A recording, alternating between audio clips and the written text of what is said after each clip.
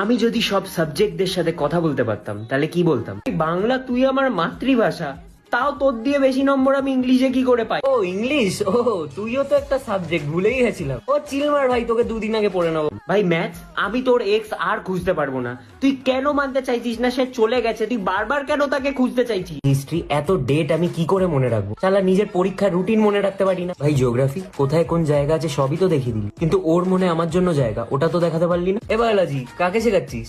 হ্যাঁ, শেখাচ্ছিসটা কাকে? বাপকে? ওরে আমার কোচেদের খেলা শেখাতে নেই। ভাই কেমিস্ট্রি, আমাকে একটা কথা বল, জলকে জল বলতে পারিস না? H2O কে বলতে বলেছে। হাওয়াকে হাওয়া বলতে পারিস না? Oxygen, nitrogen, carbon die oxide, carbon monoxide, এতকে হাওয়া বল। ভাই ফিজিক্স, কোন জিনিসকে যদি আমি উপর থেকে ফেলি সেটা তো নিচেই পড়বে, তার জন্য 100টা ফর্মুলা কে দেয়?